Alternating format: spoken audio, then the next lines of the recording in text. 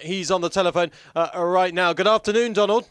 How are you, Matt? Absolutely, really getting up for it today. I'm looking forward to it. And Mum played her bit yesterday, actually, because she said she wasn't allowed to divulge any information. She knew her place. It's about time. It took a long time to get there. Well, to be fair with your mum and dad, they're not the quietest. No. I've been through the ringer of it, Matt. Yeah, let's have a quick word just while you're on about Chambery yesterday. I mean, that horse hasn't got bad form from the past and absolutely hacked up. I love the way he jumped, and you're going to win a few nice races with him, I think.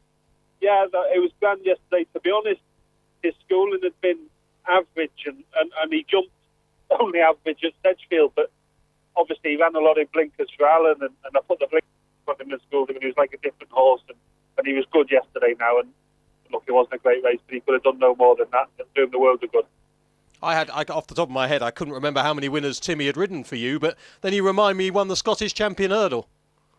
He did, yes. Listen, we've been long-standing associates with Timmy. Timmy was riding for me when he was claiming, well, for Dad, when he was claiming 5 or 7, I think. He's ridden for us many times over the years. Let's talk about the big two, Peddlers and Overturn. Let's talk about jockeys first of all, because if Starluck doesn't run in the Champion Hurdle, and I think there's every chance he doesn't, then Timmy would be the obvious contender, I presume, for Overturn. There seems to be debate about whether Jason will ride Peddlers or Overturn. I've been quite vociferous about this, Donald. I don't think there's any debate at all, is there? He will be on Peddlers if he runs. No, there's no debate at all, Matt. Oh, good. Well, are you taking the mick, or there isn't, is there? No, there isn't. No. No. Okay. I couldn't understand. People were saying, oh, apparently you'd said Jason was undecided or something. That was nonsense. No, I haven't said that, and he hasn't said that. I don't know if people were fishing, but right. It's not even been discussed, because I don't think it needs discussing. Yeah. Have you got a? Obviously, they've both got to get there, but I mean, if Starluck doesn't, would presumably Timmy would be the man for Overturn, wouldn't he? Look, I'd have to speak to Tim. There's an awful lot of people who've won on him, to be fair, and obviously Graham won the Galway place on the Galway Hurdle on him as well. Yeah. So. Yeah. Well, we don't want to annoy. You're causing trouble, Matt. Yeah. Well, I try not to these days. Really. Yeah, but to be fair to Graham Lee, he didn't do a bad job in Galway. So, yeah. But shall we leave the jockeys for the time being? Let's hope they both get there. Yeah. Beryl was saying yesterday, and you've said it in the paper, you were heartbroken that the Haydock was off for Peddlers Cross. I mean, seriously, this is a right pain up the backside for you, isn't it? It is. I mean, look, it's not the end of the world in that there's racing again next week. Well, a week on Saturday coming, and we'll end up at one of those two, I'm sure. But it was a big day, Matt. It wasn't just Peddlers. Obviously, he was the most important, but had Weymouth, had Tornado Bob, had Glenwood Knight, and I can take it quite well if I'm prepared for it. But there's no inclination there was going to be a problem at all, you know. And I was a bit disappointed by the whole thing, to be honest. Yeah, it sounds like. I mean, would Peddlers have run in Ireland yesterday if you'd known?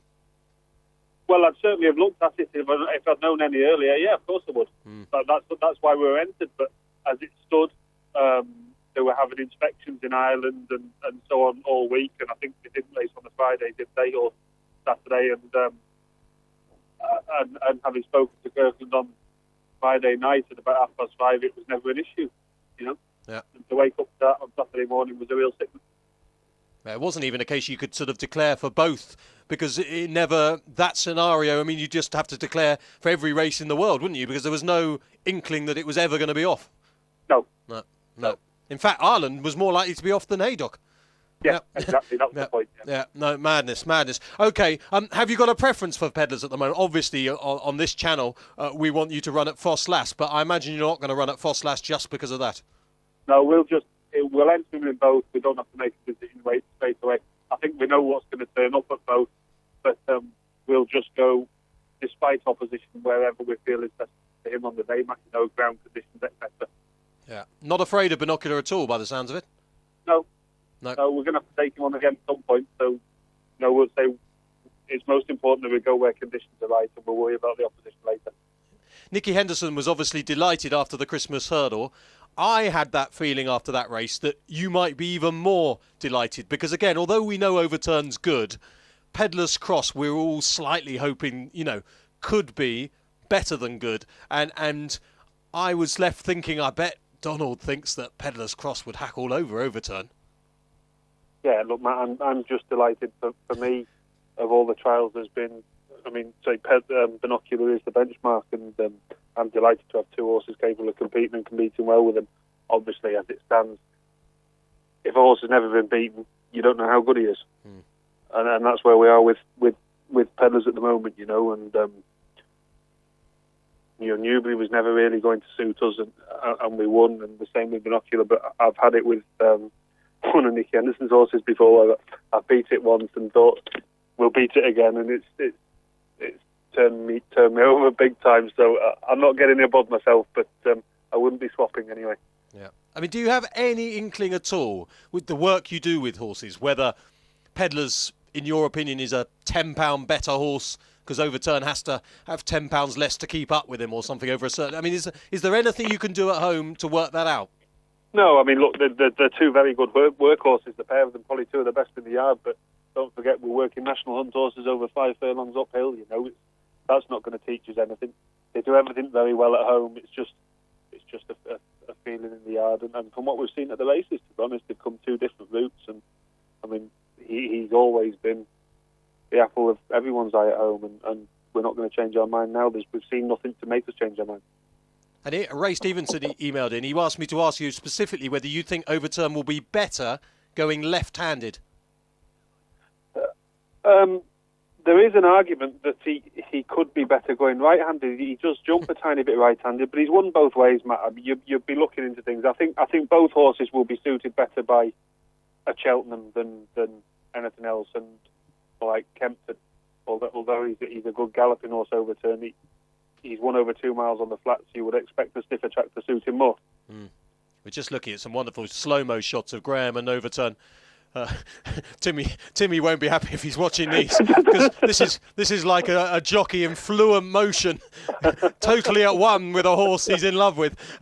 But some wonderful slow-mos of Overturn at Galway, which was a terrific day. He reminds me a little bit of Make a Stand Overturn in that he does jump. I actually think he can jump better than he did at Kempton. Yeah, I mean, Kempton's a quick track, and he's a little bit too safe and a little bit too correct for a track like Kempton. He's just very neat, But look, he's gone. I'm picking holes. I say, if I didn't have Peddler Cross, I'd be over the moon to have Overturn to go to Cheltenham with. Well, to have two is fantastic. I mean, is the plan they both do run, barring accidents? They both get there. They both take a chance, yeah. As it stands at the moment, that's what Kempton proved, is that we've got two horses capable of going there, and look, we might never have them again, so we'll be going with the pair at the moment, yes. I'm inefficient, so I haven't checked Leicester declarations tomorrow, but is Tornado Bob at Leicester tomorrow? He is, yeah. Right, yeah. OK. Let's have a quick word about him, because obviously from what you've said, you're excited by him, and why shouldn't you be? A 13-length winner in treacherous ground at where was it, Utoxeter, suggests that he's a real exciting stare in the making. Yeah, he's a grand horse, a great horse to have for Graham and Dana Whately, obviously the first horse for them, and it's a fair race tomorrow now, to be fair, because Martin Keithley's horse runs Champion Court, right, and we've ended up in the same division. So for not an awful lot of money at Leicester, and there's also a horse of Philip Hobbs's that's won 2 bumpers. It's a pretty decent novice hurdle. So just the way things stand at the moment, there's so many limited opportunities for novice hurdlers and things. If you've got plans further down the line, you need to kick on and run. Yeah. And is he exciting you as much as Peddlers did in his younger days, novice days? Not quite as much as Peddlers, but he's a horse I really like. Yeah, okay. Well, let's have a word about Wymott as well, because what's he done? He's won his, last 2 novice chases. He was a good hurdler. Where might he go now? Well, obviously, he was going to Haydock as well, and that would tell us we are aiming to go to Cheltenham for either the Sun Alliance or the new 2.5 mile novice chase. Got to be Sun Alliance, hasn't it? He's a dour stare, isn't he? It hasn't. The one thing he does do is he idles in front, Matt, and just over 2.5. He might have something to aim at for a little bit longer, More than likely the Sun Alliance, but a couple of weeks ago, obviously, Mr. Hemmings had Peveril as well. Unfortunately, he got killed the other day, so he might have had two horses going there. He'll be running again in the next fortnight. Where we go now, I don't know. Whether we go to Weatherby for the Taunton or maybe even the Scilly Isles at Sandown or something like that. Yeah. So it's all a little bit up in the air, but he's ready to go again, and hopefully he'll be in one piece to go to Cheltenham as well. I know it's a hell of a long way off, so it's slightly just a pointless thing to say, but equally with the connections of this horse, owner and specifically trainer, you've got to, in the back of your mind, thinking this could be a national horse one day, haven't you? Might be better than that. Possibly, yeah, handicap-wise, if he was to win again and to run at Cheltenham, it makes it very difficult to win in Grand Nationals, doesn't it? But it's always in the back of the mind. Never mind for Mr. Hemmings, when we have a horse good enough, it's always in the back of our mind. But obviously for him as well, we're on the same wavelength, Yeah. I presume, though, because he's a novice, he wouldn't get an entry this time, would he? No.